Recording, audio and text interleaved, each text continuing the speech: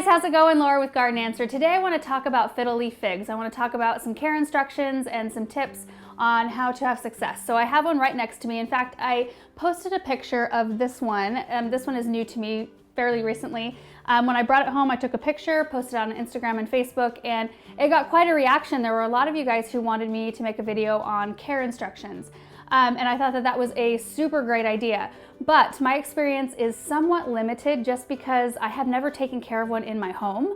I've taken care of lots of them down at the garden center. You know, you get them in and they'll last a few days, up to maybe a few months before somebody buys them and takes them home. And I don't really think that's a sufficient amount of time to really understand any type of plant. I think to really understand a plant, you need to at least have them for a full year. You know, see them through all of the different seasons, their growing season, their dormant season, and that way you really know like the full cycle, I guess, of each plant. So what I've done is I went to a couple of my gardening friends that both care for fiddle leaf figs in their home and have really good success with it. And I asked them to write their top tips for care. So I kind of compiled all of those tips together, plus I added in kind of my limited knowledge on the subject, and that's what I'm going to share with you today. So first of all, let me say that the fiddle leaf fig are a tropical plant. They thrive in a zone 9 to 11. So if you live in a colder growing zone, like I live in a zone 5, which means we can have winters down into the negatives. This last winter we got down to -17. So if you live anywhere below a zone 9, you need to make sure to have your fig in a container, especially if it's a plant you're going to want to be moving inside and outside. I want to break this video up into two sections. The first section I want to talk about if you're going to keep your fig inside as a houseplant all the time, what kind of care it needs. And the second section, if you are planning on moving your fig outside for this summer, I want to talk about how the care will change a little bit. So let's talk about keeping it as a houseplant first. As far as light goes, you want to give it as much bright, indirect light as possible. It does not need to sit in direct sun. In fact, if it's summertime, even if it's inside, you want to keep it out of the really bright, intense sun because it can damage the foliage. If it's wintertime, the sun isn't as intense, so you can move it into that light and it will probably flourish and like that. But you need to keep in mind that you need to keep it away from the window just a little bit because, you know, it can feel pretty cold or drafty, especially if you have older windows. I have a few older windows in my home that I wouldn't want to put plants right up next to. And then also in the summertime, same goes, you don't want to have it right up next to a window where it can get really hot because that can burn their leaves. And watering is really easy on these. There's actually a couple schools of thought. In fact, my friends both have different kind of methods for doing this. One of my friends likes to water more frequently, so once a week, but with less water. So she's got about a 5-foot fig, which is, mine's not quite 5 feet, but it's getting there. She gives hers about 2 cups of water once a week, and she just pours it evenly around the soil on the top of the pot. She doesn't dump it all in one spot so that it's just one side of the root ball that's getting water. She just kind of evenly disperses it. And my other friend prefers to water less often, but with more water. So she'll go in with about a gallon of water every other week, and she'll water it and let all the water drain. She'll make sure that the pot is not sitting in any water. And really either way you decide to do it, depending on what works for your schedule, will work. Most houseplants will thrive that way. You can do less water more often or more water less often, if that makes sense. Usually on this type of plant, I keep mine personally in my own home and down at the garden center on more of a frequent schedule just because I have so many things, so many plants going on that I like to just keep my eyes on everything. So I'd probably do the less water more often. They do not like to be soggy or wet, so you want to make sure that you put your fig in a pot that has really good drainage. That's really important with these type of plants. Figs do not need to be fertilized that often during their growing season, so usually spring through fall you want to fertilize about once a month, and I use, in fact I have it, I'll use something like this. This is Espoma indoor houseplant food. So once a month during the growing season, and then I'll back off to like once every 2 to 3 months during its dormant period. So during like fall through, like late fall through early spring, I will back off on fertilizer because I just don't need that much. As far as some other maintenance things, you want to make sure that you keep the leaves dusted. These are huge leaves and they are huge. They can be huge dust collectors. I live in a super dusty farming community, so when they're out working the fields and like the tractors are going. I mean, they're kicking up dust everywhere, and I could probably dust twice a day in my house, and I still probably wouldn't keep on top of it. And you need to remember your plants because they need to be kept clear so they can absorb light, so they can photosynthesize properly. So just keep that in mind, that maybe like an every 2 week or once a month dusting of these leaves is a good idea. To do that, you don't want to just go in and start wiping off the leaves. You want to cradle the leaf with one of your hands and then wipe off the top with the other, because you can pop these leaves off with just a little bit of pressure, so you want to be careful with them. And just use a damp microfiber cloth or just even a dry microfiber cloth to just clean those up a little bit.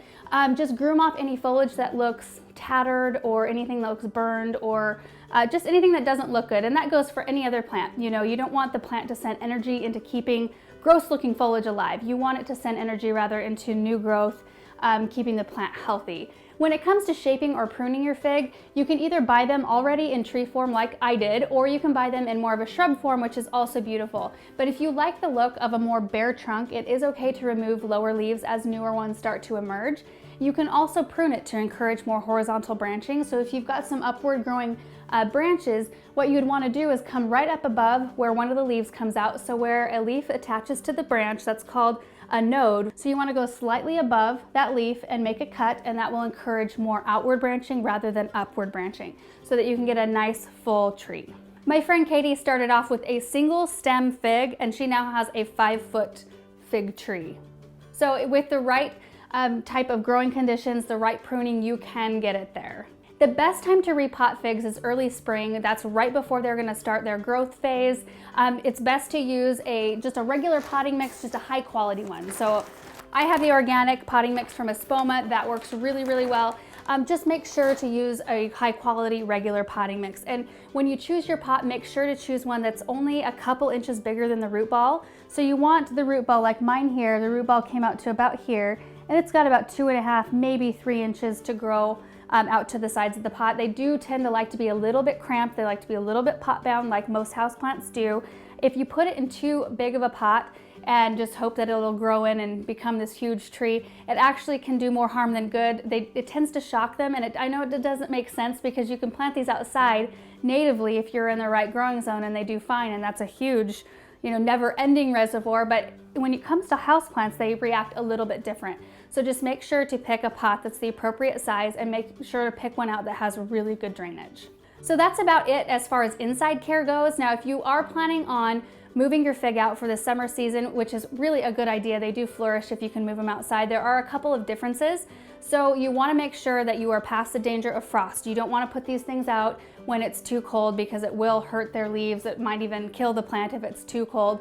So wait until danger of frost passes, and then you want to slowly acclimate your plant. So you don't just stick it right outside and just hope that it does okay. You want to just kind of gradually move it out if you can. If you have a protected patio or something like that, if you can move it out during the day and then back in at night for a few days, so it can kind of slowly get used to outside temperatures and conditions, that is ideal. You want to make sure to put it in a spot that's protected from wind and protected from afternoon sun. It does not like the beating, hot, intense afternoon sun that will scorch the leaves. It really prefers a spot with bright shade. It can take a little bit of filtered morning sun, and that is okay. As far as watering goes, it will change, because if there's a breeze outside, it dries the soil out a lot faster. If it's getting a little bit more light, or just environmental factors like that can change the amount that you have to water. You'll have to increase the amount of times you water, probably to every 3 to 4 days. In my area, even if I put this in bright shade, it gets upwards of 110 here in the summer. So I'll probably be checking on mine every other day, maybe not watering it that often, but possibly when it gets that hot. So just keep in mind that that will change. You will have to keep more of an eye on it when it's outside. But they do like it. They'd love to be outside. All of my houseplants, when I move them outside for the summer, it's just like they get a new lease on life, and they flourish and they grow and look beautiful. So that's it, you guys. That is care for fiddle leaf figs. I want to give a huge shout out to Katie and Andrea, my two friends who helped me out with some tips for taking care of them. Katie is my best friend, amazing gardener. She's got amazing style. And Andrea is a wealth of information. She is a master gardener and she's lived in several different areas. So Portland, Oregon, Pennsylvania, now Idaho. And when you live in that many different gardening climates and regions, you really do learn a lot about plants and what they can handle and withstand. She's also a garden writer. She's been published in Rocky Mountain Gardening, the Eagle Informer, and the Eagle Magazine. So thank you so much, Katie and Andrea. And thanks everybody so much for watching this video, and we will see you in the next one. Bye.